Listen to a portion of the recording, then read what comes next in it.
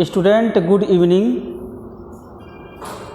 आज के doubt class में मैं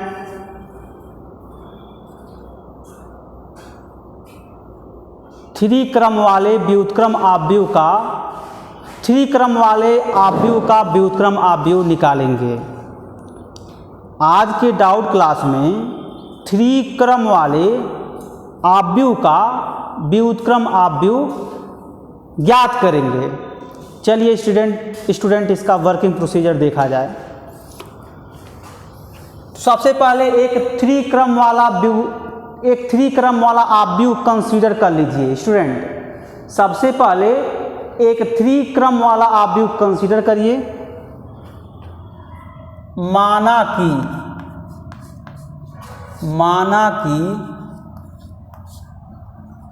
थ्री क्रम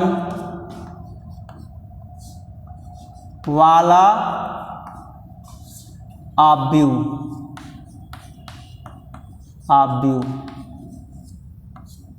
थ्री क्रम वाला आव्यूह क्या है student? A is equal to, इस आव्यूह में नंबर ऑफ कॉलम 3 होंगे, नंबर ऑफ रो 3 होंगे। तो A11, A12, A13, A21, A22, A23, A31, A32, A33, 3 cross 3 ज्ञात करना है। व्युत्क्रम आव्यूह ज्ञात करना है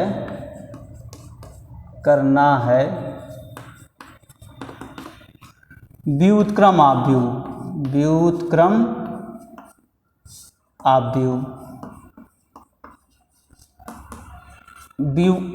आव्यूह ज्ञात करना है। तो स्टूडेंट इसका वर्किंग प्रोसीजर में 4 स्टेप होंगे। जैसे दो क्रम वाले आव्यूह का व्युत्क्रम आव्यूह आप निकाले थे तो उसके वर्किंग प्रोसीजर में 4 स्टेप थे। पहले स्टेप में आव्यूह का सारणिक निकालते हैं, दूसरे स्टेप में आव्यूह का सखंड निकालते हैं, तीसरे स्टेप में आव्यूह का सखंडज निकालते हैं, चौथे स्टेप में हम फार्मूला अप्लाई करते हैं। तो दो क्रम वाले आव्यूह के इन्वर्स निकालने में 4 स्टेप होते हैं। ऐसे ही 3 क्रम वाले आव्यूह का व्युत्क्रम आव्यूह निकालने में इसमें भी 4 स्टेप होते हैं। पहले स्टेप में आव्यूह का सारणिक निकालेंगे जो नॉन जीरो होना चाहिए। दूसरे स्टेप में आव्यूह का सखंड निकालते हैं। तीसरे स्टेप में आव्यूह का सखंडज निकालते हैं और चौथे स्टेप में आव्यूह का इन्वर्स निकालते हैं। और इन्वर्स का जो फार्मूला होता है A inverse is equal to आव्यूह के सखंडज अपान सारणिक, आव्यूह के सारणिक, जिसको हम अंग्रेजी में adjoint of A upon determinants बोलते हैं। ठीक है ना स्टूडेंट, ये काम है। चलिए स्टेप बाय स्टेप काम किया जाए। तो सबसे पहले क्या करेंगे स्टूडेंट? स्टेप नंबर फर्स्ट आव्यूह का सारणिक ज्ञात करते हैं। आव्यूह का सारणिक ज्ञात करते हैं। आव्यूह का सारणिक ज्ञात करते हैं। आव्यूह आपका 3 क्रॉस 3 है। इसकी सारणी में भी नंबर ऑफ रो 3 होंगे, नंबर ऑफ कॉलम 3 होंगे। A11, A12, A13, A21, A22, A23, A31, A32, A33। इसके सारणी में भी नंबर ऑफ रो 3 होंगे, नंबर ऑफ कॉलम 3 होंगे। ठीक है ना स्टूडेंट? अब इसका विस्तार आप पढ़ चुके हैं। आसानी से R1 के सापेक्ष इस सारणी का विस्तार कर लेंगे। और मान क्या आना चाहिए स्टूडेंट? नॉन जीरो होना चाहिए। ये फर्स्ट स्टेप में हम काम करेंगे। सेकेंड स्टेप में क्या करेंगे स्टूडेंट? स्टेप नंबर सेकेंड में क्या करेंगे? स्टेप सेकेंड में हम आव्यूह के सहखंड निकालेंगे। आव्यूह के सहखंड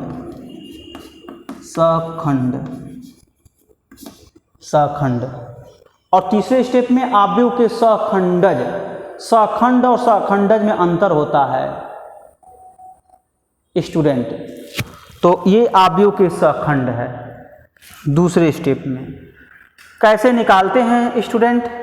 आव्यूह के सहखंडज। सहखंड ए, सहखंड ए को क्या बोलते हैं अंग्रेजी में? कोफैक्टर ऑफ ए।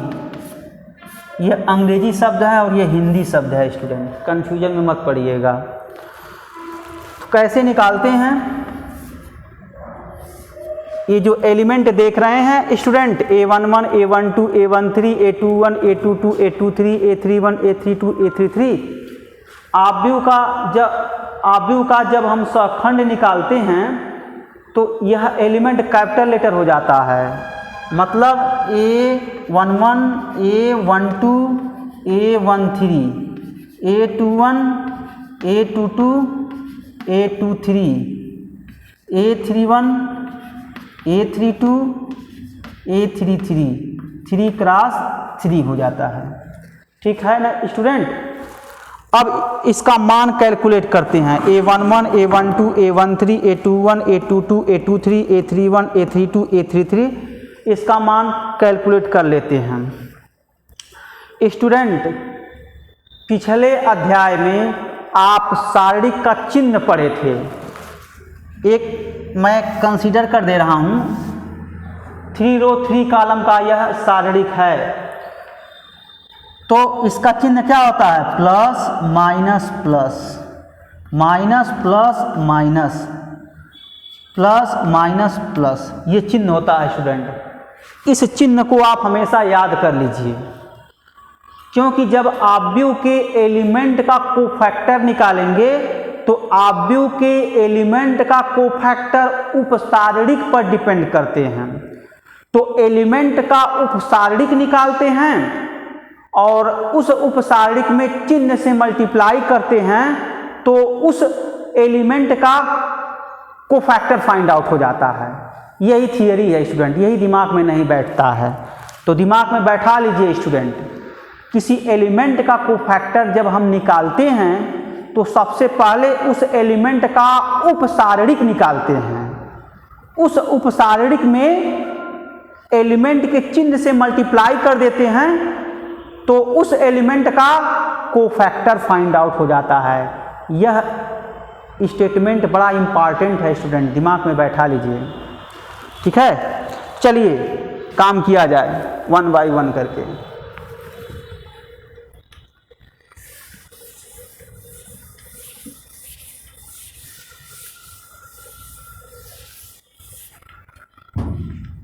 क्या करेंगे स्टूडेंट? अब A11 का मान कैलकुलेट कर लीजिए। A11 तो सारणिक आप बनाए थे ना स्टूडेंट, क्या बनाए थे? Determinant A is equal to A11, A12, A13, A21, A22, A23, A31, A32, A33, ये सारणी बनाए थे आप। आपको कैपिटल A11 का मान निकालना है तो कैपिटल A11 किस एलिमेंट का कोफैक्टर है? स्मॉल a11 का स्मॉल a11 देखिए यहां पर है। अब आपको कैपिटल A11 का मान चाहिए, अर्थात A11 स्मॉल a11 का कोफैक्टर चाहिए। स्मॉल a11 का कोफैक्टर निकालने के लिए क्या करते हैं? स्मॉल a11 का कोफैक्टर निकालने के लिए सबसे पहले स्मॉल a11 का उपसारणिक निकालते हैं।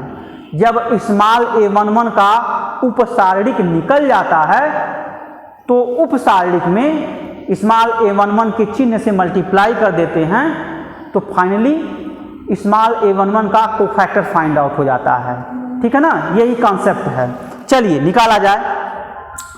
तो a11 किस रो किस कॉलम में है, हमको a11 का उपसारणिक चाहिए, तो a11 किस रो किस कॉलम में है यही देखते हैं स्टूडेंट। a11 किस रो किस कॉलम में है, फर्स्ट रो फर्स्ट कॉलम में है।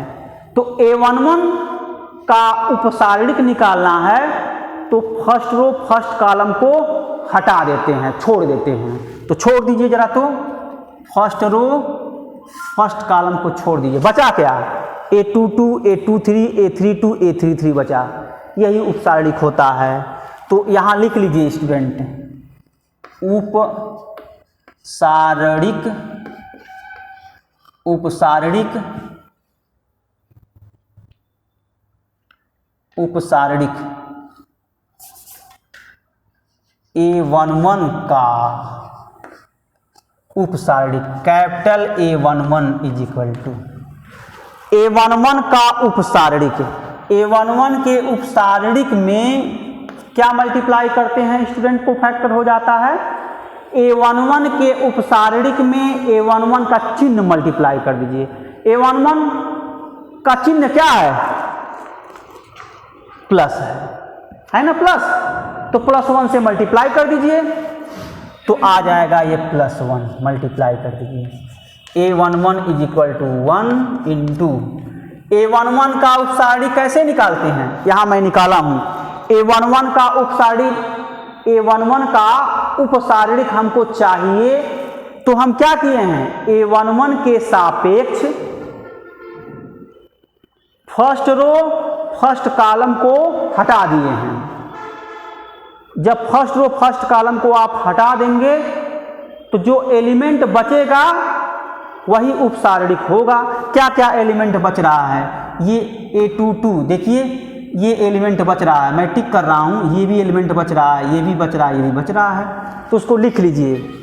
तो जब लिखेंगे तो क्या आएगा, A22 A23 A32 A33 ऐसे हम उपसारणिक निकालते हैं स्टूडेंट। आप देखे होंगे स्टूडेंट, उपसारणिक की परिभाषा में जब आपको उपसारणिक पढ़ाया जाता है तो n रो n कॉलम का अगर सारणिक है तो aij अगर एलिमेंट है, aij ith रो jth कॉलम का, तो ith रो jth कॉलम वाले एलिमेंट का अगर हम उपसारणिक निकालें तो उसके उपसारणिक में कितने रो कितने कॉलम होंगे, i-1 रो होंगे और j-1 कॉलम होंगे, मतलब एक रो और एक कॉलम कम हो जाता है। तो देखिए ये डिटर्मिनेंट्स कितने रो कितने कॉलम का है, 3 रो 3 कॉलम का है। जब इस एलिमेंट का उपसारणिक निकाले हैं तो इसके रो में और इसके कॉलम में एक एक की कमी हो गई, तो 3 रो 3 कॉलम था, तो जब इसके उपसारणिक निकालेंगे तो 2 रो 2 कॉलम का हो जाएगा। देखिए 2 रो है और 2 कॉलम है, तो वही मैं यहाँ लिखा हूँ स्टूडेंट। ठीक है ना, यही कॉन्सेप्ट है। जब आप उपसारणिक पढ़ेंगे स्टूडेंट, पीछे बैक में जा करके उपसारणिक का परिभाषा पढ़ लीजिए और 2-4 प्रॉब्लम आप उपसारणिक निकाल लीजिए। आप एक सारणिक लीजिए, उसके एलिमेंट का उपसारणिक कैलकुलेट कर लीजिए, इससे आपका प्रैक्टिस हो जाएगा स्टूडेंट। यही आप गलती कर देते हैं, इसी वजह से आपसे प्रॉब्लम सॉल्व नहीं होता है, आपको उपसारणिक निकालने में कठिनाई होती है स्टूडेंट।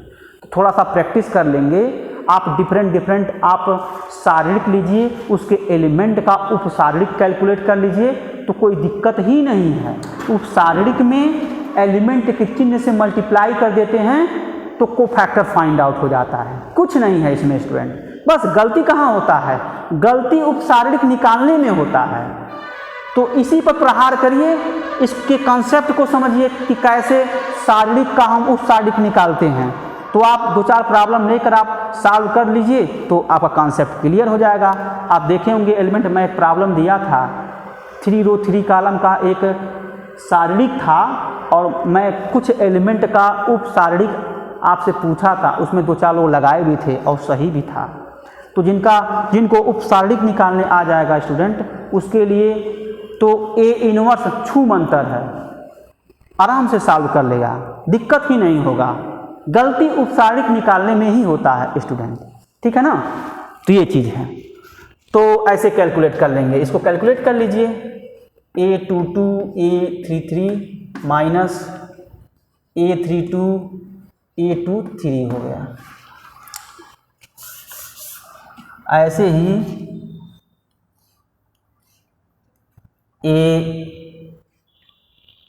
A12 निकाल लीजिए। एक और मैं बता देता हूं स्टूडेंट, A12 कैसे निकाला जाता है। देखिए स्टूडेंट, यही सब चीज़ें समझा जाता है, यही सब आपके दिमाग में नहीं बैठता है तो कोफैक्टर फाइंड आउट नहीं कर पाते हैं। जब कोफैक्टर फाइंड आउट नहीं कर पाते हैं तो दिक्कत हो जाता है, ठीक है ना। तो A12 कैसे निकालेंगे, पहले क्या करेंगे, A12 स्मॉल A12 का उपसारणिक निकालेंगे, ठीक है ना। कैपिटल A12 निकालने के लिए क्या करेंगे, स्मॉल A12 का उपसारणिक निकालेंगे, ठीक है ना, उपसारणिक निकालेंगे। अब स्मॉल A12 का चिन्ह देख लीजिए क्या है, स्मॉल A12 का चिन्ह देख लीजिए क्या है, क्या है चिन्ह बताइए, यही ना है A11 A12, स्मॉल A12 है। यहां से देखिए चिन्ह क्या है, माइनस है, तो -1 से गुणा कर दीजिए, -1 से गुणा कर दीजिए स्टूडेंट, -1 से गुणा हो गया, ठीक है ना। अब देखिए स्टूडेंट कैसे A12 का उपसारणिक निकालते हैं, यही टर्मिनल पॉइंट है स्टूडेंट। मैं बार बार चिल्लाता हूं कि A12 का उपसारणिक कैसे देखते हैं, ये आपके दिमाग में नहीं बैठता है। देखिए कैसे हम निकाल रहे हैं A12 का उपसारणिक, यहां से देखिए, ये डिटर्मिनेंट है आपका,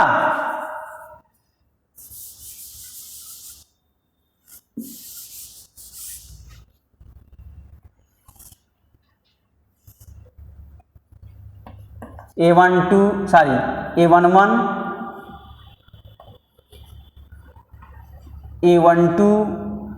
A13 A21 A22 A23 A31 A32 A33, ठीक है ना। यह है आपका, आपको A12 का उपसारणिक चाहिए, तो उपसारणिक का परिभाषा क्या होता है, जिस एलिमेंट का उपसारणिक निकालना होता है उस एलिमेंट के करेस्पॉन्डिंग रो कॉलम छोड़ देते हैं। तो A12 का उपसारणिक हमको चाहिए, तो A12 किस रो किस कॉलम में है, A12 first row second column में है, तो A12 का उपसारणिक आपको चाहिए, तो A12 के corresponding first row second column छोड़ देंगे। करेस्पॉन्डिंग मतलब सापेक्ष होता है स्टूडेंट, A12 के सापेक्ष फर्स्ट रो सेकंड कॉलम छोड़ देते हैं। एक बार और बोल दें स्टूडेंट, चलिए एक बार और बोल देते हैं, A12 के सापेक्ष फर्स्ट रो सेकंड कॉलम छोड़ देते हैं, छोड़ दीजिए, यहां फर्स्ट रो सेकंड कॉलम छोड़ दीजिए, यही बचा student, A21 A31 A23 A33। A12 is equal to -1 गुणे determinants A21 A31 A23 A33, यही एलिमेंट है। परिभाषा भी फुलफिल्ड कर रहा है स्टूडेंट। इन जनरल में मैं बताया था, अगर ith रो jth कॉलम का कोई एलिमेंट है, वह एलिमेंट aij है, ith रो jth कॉलम का, तो अगर aij का उपसारणिक निकालेंगे तो aij के उपसारणिक में i-1 रो होगा, j-1 कॉलम होगा, है ना। देखिए ये सारणिक कितने रो कितने कॉलम का है, यह सारणिक 3 रो 3 कॉलम का है, और इसके एक एलिमेंट लिए A12, इसका उपसारणिक निकाले इसके उपसारणिक में कितने रो कितने कॉलम आ गए? 2 रो 2 कॉलम आ गए, तो 1 रो घट गया, 1 कॉलम घट गया। यही हम बताते हैं स्टूडेंट, बार बार आपको अब समझ जाना चाहिए, ठीक है ना। तो यहाँ सिंप्लीफाई कर सकते हैं, -1 into in bracket A21 A33 minus A31 A23, ठीक है ना। और इसको आप सॉल्व कर दीजिए, ब्रैकेट तोड़ दीजिए, तो A31 A23 माइनस, ये चीज़ प्लस हो जाएगा और ये माइनस हो जाएगा, A21 A33, ठीक है ना स्टूडेंट। इस तरीके से A12 कैलकुलेट हो गया। ऐसे ही हर एलिमेंट का कोफैक्टर हम कैलकुलेट कर सकते हैं, ठीक है ना। तो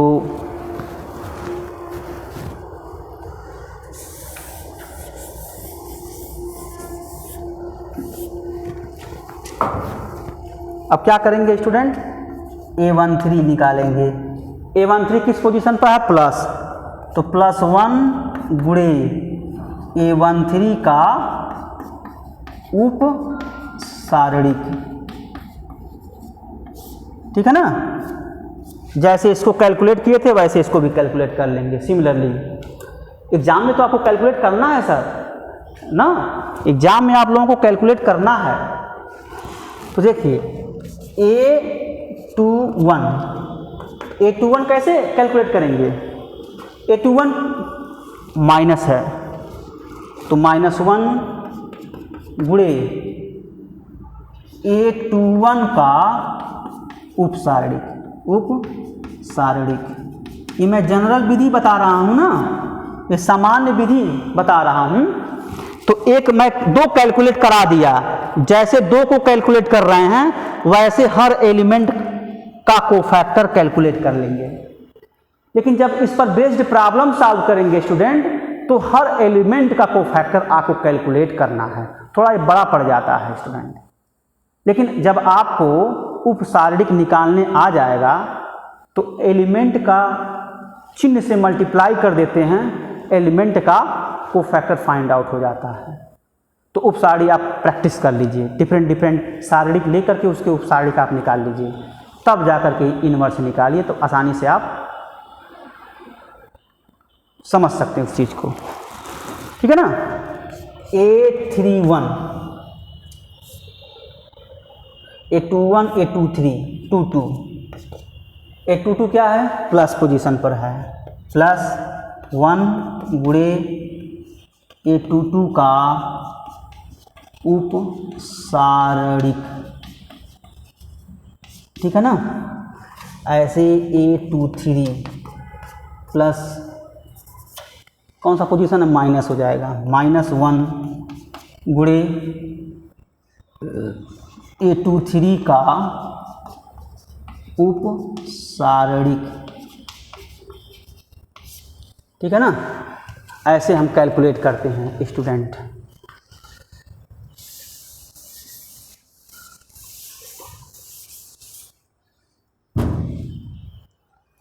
अब क्या होगा? A31 क्या है स्टूडेंट? प्लस है, तो 1 गुणे A31 का उपसारणिक,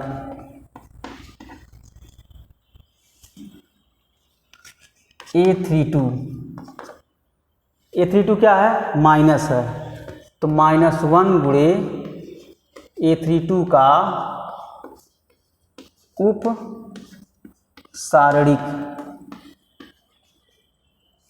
उपसारणिक है A33।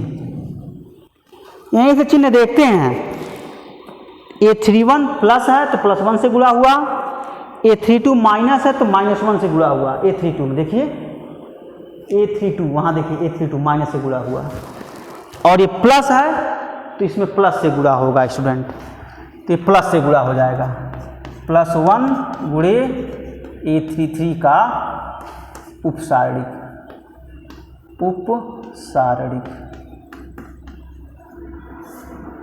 जैसे हम A11 का कोफैक्टर कैलकुलेट किए हैं, A12 का कोफैक्टर कैलकुलेट किए हैं, वैसे ही हर एलिमेंट का कोफैक्टर हम कैलकुलेट कर लेंगे। ठीक है ना। अब तीसरे स्टेप में हम इंटर करने जा रहे हैं। Capital A11, capital A12, capital A13, capital A21, capital A22, capital A23, capital A31, capital A32, capital A33, इन सभी मान को हम कहाँ रख देंगे स्टूडेंट? कोफैक्टर वाले में रख देंगे। कहाँ कोफैक्टर? ये आप रिलेशन निकाले होंगे, कोफैक्टर ऑफ ए, इसमें capital A11, A12, A13, A21, A22, A23, A31, A32, A33, 3 cross 3 इसी में रख देंगे। जब इसमें रख देंगे तो मैट्रिक्स का यानी आव्यूह का सखंड निकल जाएगा, कोफैक्टर ऑफ ए निकल जाएगा। ठीक है ना। यही काम करते हैं इसमें। तो अब स्टेप नंबर 3 में एडजॉइंट कैलकुलेट कर लेते हैं। एडजॉइंट कैलकुलेट कर लीजिए। और क्या,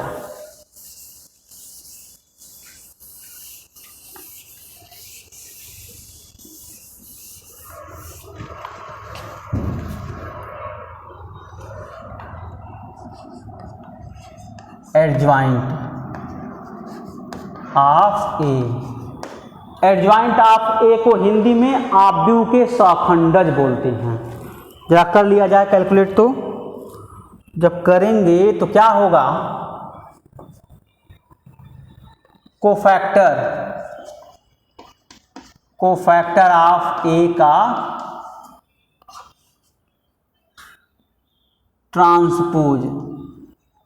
ट्रांसपोज